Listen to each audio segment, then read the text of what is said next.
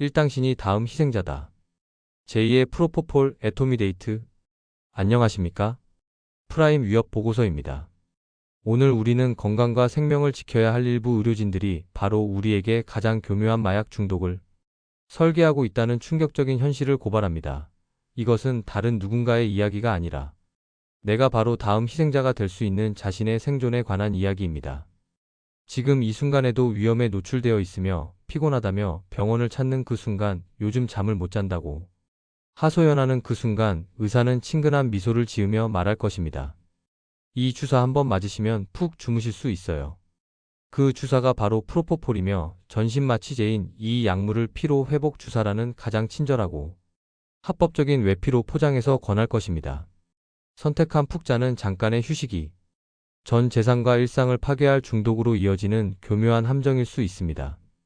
이미 표적이 되었을 수도 있으며 최근 검찰이 적발한 서울의 한 의원은 7개월간 일반인들에게 417차례에 걸쳐 14억 5천만 원 상당의 프로포폴을 불법으로 판매했습니다.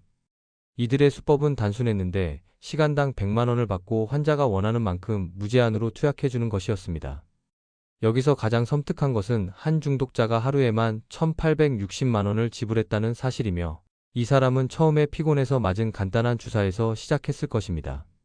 하지만 결국 10시간 24분 동안 연속으로 투약을 받아야 할 정도로 중독되었고 이것이 바로 누구에게나 일어날 수 있는 현실입니다. 일부 의사를 믿을 수 없는 시대가 왔으며 더욱 충격적인 것은 제2의 프로포폴인 애토미데이트의 등장입니다. 프로포폴 관리가 강화되자 일부 의료진들은 들어본 적도 없는 이 새로운 약물로 눈을 돌렸습니다. 한 내과 전문의는 5년간 일반 환자 75명에게 5천여 차례 애토미데이트를 투약하며 12억 원 이상을 벌어들였습니다. 이 의사는 징역 6년을 선고받았지만 이미 75명의 인생이 파괴된 후였습니다. 누구라도 이 75명 중 한 명이 될 뻔했을 수도 있고 지금도 비슷한 의사의 진료실에 앉아 있을 수도 있습니다. 신상 정보가 범죄에 악용되고 있으며 일부 의료진들이 자신들의 불법 행위를 숨기기 위해 사용하는 수법이 더욱 악질적입니다. 이들은 마약유통학 관리 시스템 NIMS에 허위 보고를 하면서 환자의 이름과 주민등록번호를 도용합니다.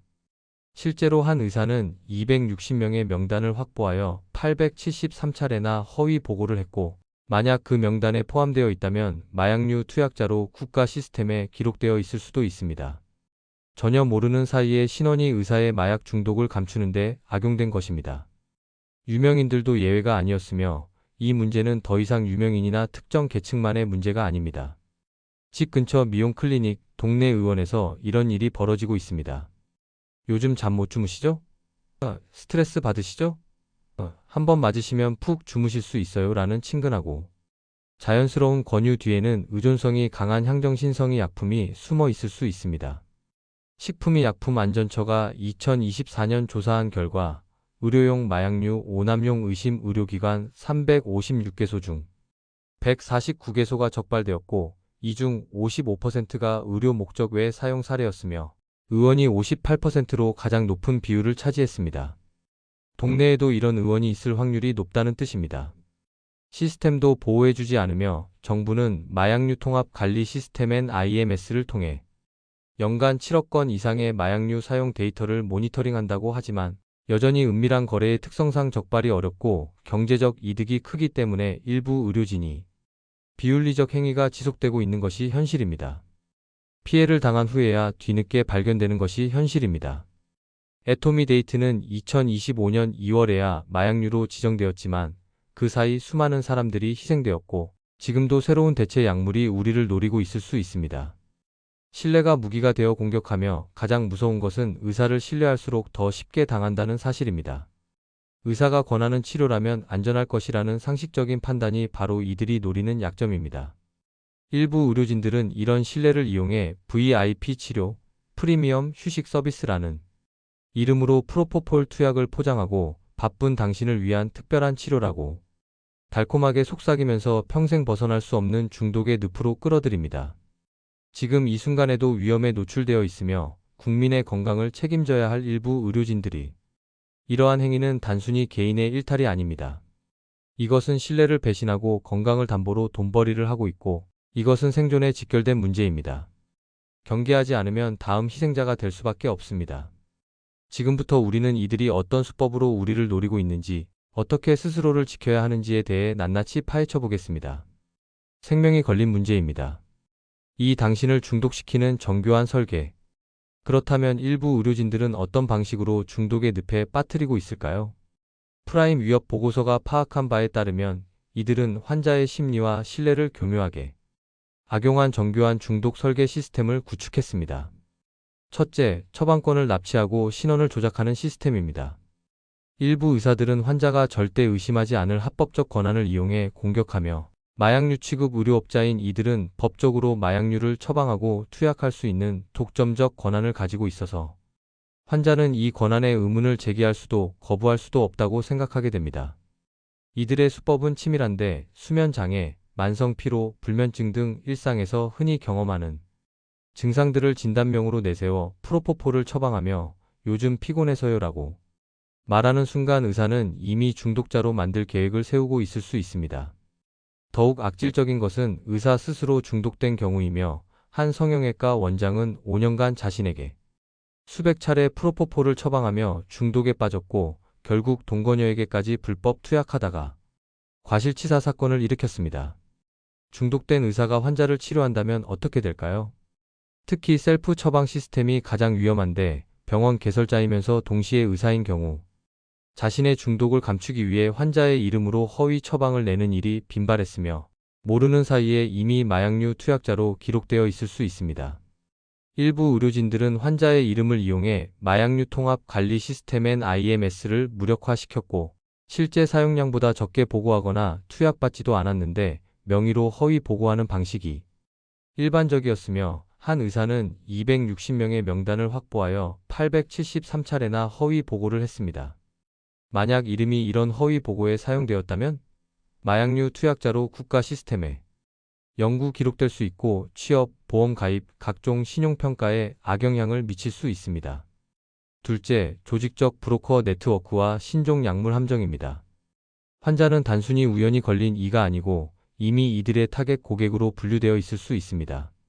서울 성동구의 한 의원 사건에서 드러난 조직 구조는 충격적인데 범행 총책이 브로커를 통해 의사와 병원 개설자를 섭외하고 상담실장은 과거 불법 투약 병원에서 모아둔 중독자 명단을 활용했으며 개인정보가 이미 이런 명단에 포함되어 있을 수도 있습니다.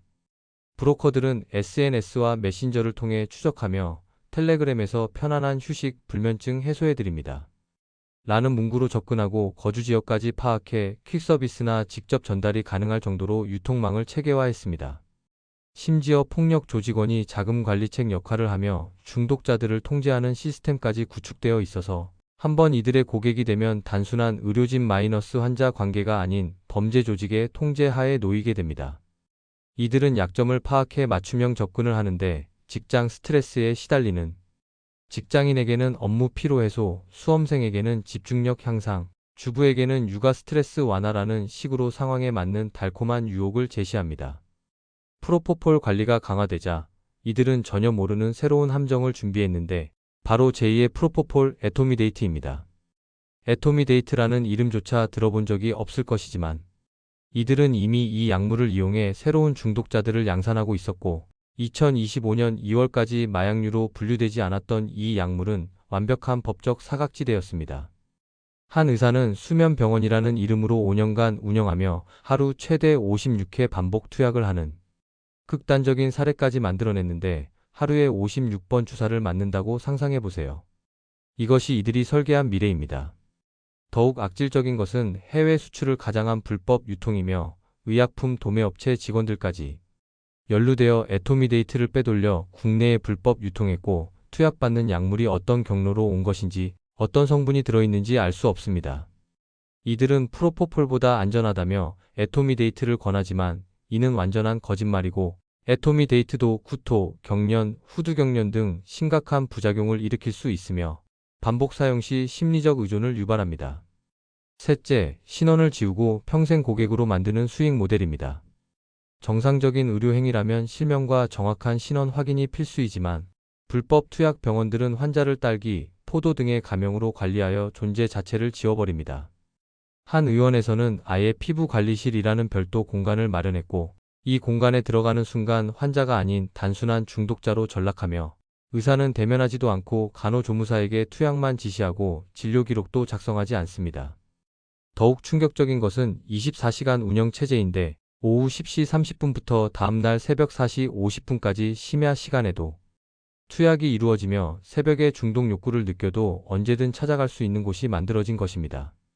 CCTV에는 6시간 이상 투약한 여성이 직접 차를 운전해 떠나는 위험한 장면도 포착되었는데 이 여성은 마취 상태에서 운전을 한 것이며 이는 누구나 될 수 있고 가해자가 되어 무고한 시민을 칠 수도 있습니다. 이들의 최종 목표는 환자를 평생 벗어날 수 없는 중독자로 만드는 것이며 한번 중독된 환자들은 계속해서 병원을 찾게 되고 이는 안정적인 수익원이 되며 일부 중독자들은 월 수천만 원을 지출하며 거의 매일 병원을 찾았습니다. 전 재산이 이들의 통장으로 흘러들어가는 구조이며 일부 의료진들은 환자의 절망적인 상황을 보면서도 더 많은 돈을 짜내기 위해 중독을 부추겼고 심지어 일부 의료진들은 프로포폴과 에토미데이트를 함께 투약하는 칵테일 요법까지 시도했는데 이는 의학적 근거가 전혀 없는 위험한 실험입니다. 두 약물 모두 호흡억제와 심혈관계 부작용을 일으킬 수 있어 동시 투약 시 사망 위험이 급격히 증가하고 일부 의료진들은 생명보다 더 강한 중독 효과를 우선시하여 환자의 몸을 마약 실험의 대상으로 삼았습니다. 이제 이들의 정교한 설계가 얼마나 치밀한지 알게 되었으며 이들은 환자의 신뢰, 기록, 신원, 생명까지도 자신들의 이익을 위해 악용하고 있습니다. 그렇다면 이런 조직적 범죄가 왜 오랫동안 지속될 수 있었을까요? 왜 아무도 보호해주지 않았을까요? 3. 당신을 보호해줄 사람은 아무도 없다. 그렇다면 이토록 조직적인 범죄가 왜 오랫동안 지속될 수 있었을까요? 프라임 위협 보고서는 충격적인 진실을 발견했는데 보호해야 할 모든 시스템이 오히려 환자를 더 위험에 빠뜨리고 있었고 일부 의료진들의 범죄를 막지 못하고 있었습니다. 첫째, 신뢰가 무기가 되어 공격하고 있습니다. 우리 사회는 일부 의사의 판단에 대해 거의 절대적인 신뢰를 보이고 마약 중독 전문가 박진실 변호사는 환자들은 의사가 이 주사를 맞으면 깊이 잠들 수 있다고 권할 때 그것이 향정신성이 약품이라는 사실조차 모른 채 동의하는 경우가 대부분이라고 지적했습니다. 이런 신뢰가 바로 이들이 노리는 약점이며 의사를 믿을수록 더 쉽게 당하게 되고 의사가 권하는 치료라면 안전할 것이라는 상식적인 판단이 바로 중독의 늪으로 끌어들이는 함정이 됩니다.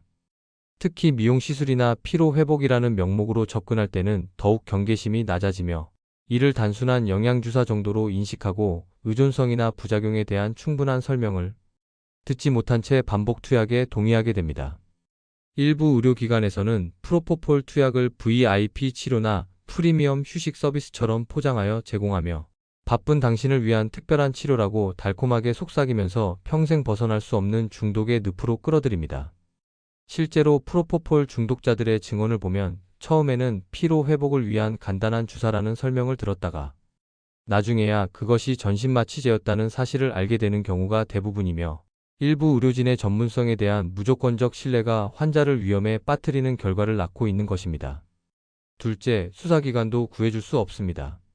마약류 불법 사용 수사는 피해자 없는 범죄의 특성을 가지고 피해를 당해도 신고할 사람이 없고 의사와 환자가 서로 공범 관계에 있어 외부로 드러나기 어려우며 의료기관의 폐쇄적 특성이 수사를 더욱 어렵게 만듭니다.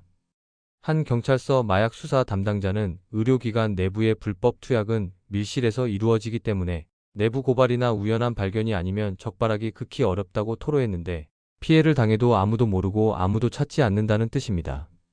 실제로 최근 적발된 대부분의 사건들은 다른 사건 수사 과정에서 우연히 발견되었고 람보르기니남 사건의 범인이 에토미데이트 투약 장면이 담긴 CCTV가 발견되면서 관련 병원이 덜미를 잡혔으며 유명인의 마약 사건 수사 중 연결고리를 통해 불법 투약 의료진이 적발되는 시기였는데 피해는 오직 우연에 의해서만 발견될 수 있습니다.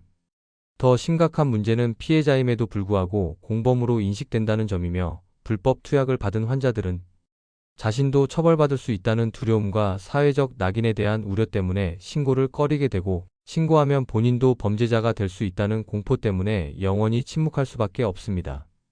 수사기관 입장에서도 의료 전문성의 벽에 부딪히며 정상적인 의료행위와 불법적인 오남용을 구분하기 위해서는 상당한 의학적 전문 지식이 필요하지만 수사관들이 이를 모두 갖추기는 현실적으로 어려운 상황이고 전문성이라는 벽 뒤에서 환자를 괴롭히는 의료진을 잡아낼 수 없습니다. 의료계는 전통적으로 동료 의료진의 비리에 대해 침묵하는 문화가 강하며 실제로 여러 불법 투약 사건에서 간호조무사나 병원 직원들이 일부 의사의 불법 행위를 알고 있었지만 신고하지 않았던 사례들이 발견되었고 도와줄 수 있는 내부자들조차 침묵으로 일관합니다. 셋째, 국가관리 시스템마저 배신하고 있습니다. 마약유통학 관리 시스템 NIMS는 연간 7억 건 이상의 방대한 데이터를 처리하고 있지만 이를 실시간으로 분석하고 위험 상황을 조기에 탐지하는 데는 완전히 실패하고 있습니다.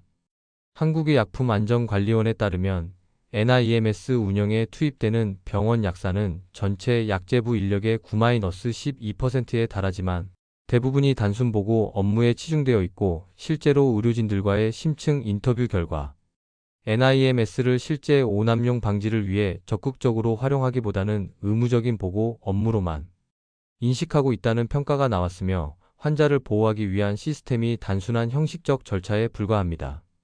가장 큰 문제는 허위 보고에 대한 실시간 검증 체계가 전혀 없다는 점이며 의사가 실제 투약량보다 적게 보고하거나 환자의 이름을 도용해 가짜 환자 명의를 사용해도 이를 즉시 탐지할 수 있는 시스템이 부족한 상황이고 신원이 도용당해도 아무도 모릅니다. 더욱 심각한 것은 NIMS가 사후 추적 시스템에 머물러 있다는 점이며 이상 징후를 발견하더라도 이미 중독된 후에야 파악되는 경우가 대부분이고 예방적 차원에서의 실시간 모니터링과 조기 경보 기능이 부족하여 위험에 빠진 것을 미리 알려줄 수 없습니다. 애토미데이트와 같이 마약류로 분류되지 않은 약물들은 NIMS 관리 대상에서 제외되어 있었기 때문에 이들 약물의 오남용은 아예 추적조차 불가능했고 새로운 약물에 중독되어도 시스템이 이를 알아챌 방법이 없었습니다. 현행법상 마약류 관리법 위반으로 금고형 이상을 받으면 의사 면허가 취소되지만 실제 처벌까지 이어지는 사례는 제한적이며 대부분의 불법 투약 사건들이 벌금형이나 집행유예로 마무리되어 면허 취소까지 이어지지 않고 설령 면허가 정지되더라도 1년 이하의 단기간에 그치는 경우가 대부분이어서 환자를 괴롭힌 의사가 곧 다시 나타날 수 있습니다. 당신만이 당신을 구할 수 있다. 생존을 위한 3가지 절대 원칙. 첫째, 치료 목적이라는 달콤한 거짓말을 거부하십시오. 일부 의료진이 수면 개선, 피로 회복, 스트레스 해소를 위해 주사 치료를 권할 때 그 순간이 바로 인생이 갈리는 순간이며 반드시 다음을 확인하세요.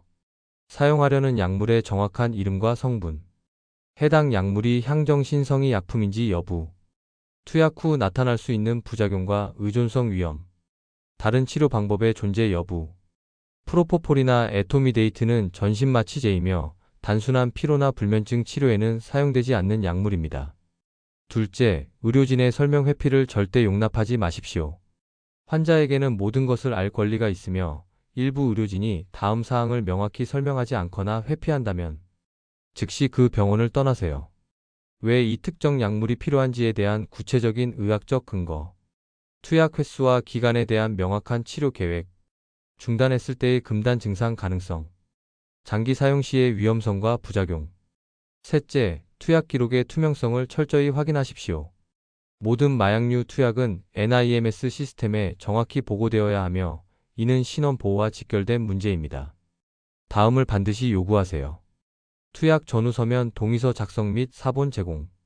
정확한 투약량과 투약 시간이 기록된 문서.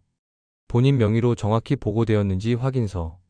투약 내역에 대한 상세한 서면 자료. 위험한 의료기관을 구별하는 법. 미용이나 피로 회복만을 전문으로 하는 소규모 의원. SNS나 인터넷 광고로만 홍보하며 직효성을 강조하는 병원. 24시간 운영하며 예약 없이 즉시 시술이 가능하다고 광고하는 곳. 현금 결제만을 요구하거나 보험 처리를 회피하는 곳. 비밀 보장, 무기록 시술 등을 장점으로 내세우는 곳. 안전한 의료기관의 특징을 기억하세요. 대부분의 정상적인 병원은 충분한 상담 시간을 갖고 다양한 치료 옵션을 제시하며 환자의 과거 병력과 현재 상태를 꼼꼼히 확인하고 또한 모든 과정을 투명하게 기록하고 환자의 질문에 성실히 답변합니다. 특히 일부 의료진이 수면이나 피로 관련 주사를 권할 때는 무슨 약인지, 왜 필요한지, 어떻게 기록되는지 이 3가지만 확인하면 되고 이것만으로도 대부분의 위험을 피할 수 있습니다. 최종 메시지 당신만이 자신을 구할 수 있습니다. 정부와 의료계의 지속적인 개선 노력으로 NIMS 시스템은 국제적으로 인정받는 혁신 사례가 되었고, 애토미 데이트도 마약류로 지정되어 관리가 강화되었으며, 수많은 불법 투약 사례들이 계속 적발되어 처벌받고 있습니다. 하지만 가장 중요한 것은 경계심과 현명한 판단입니다. 감사합니다. 구독, 좋아요, 알림 설정 부탁드립니다.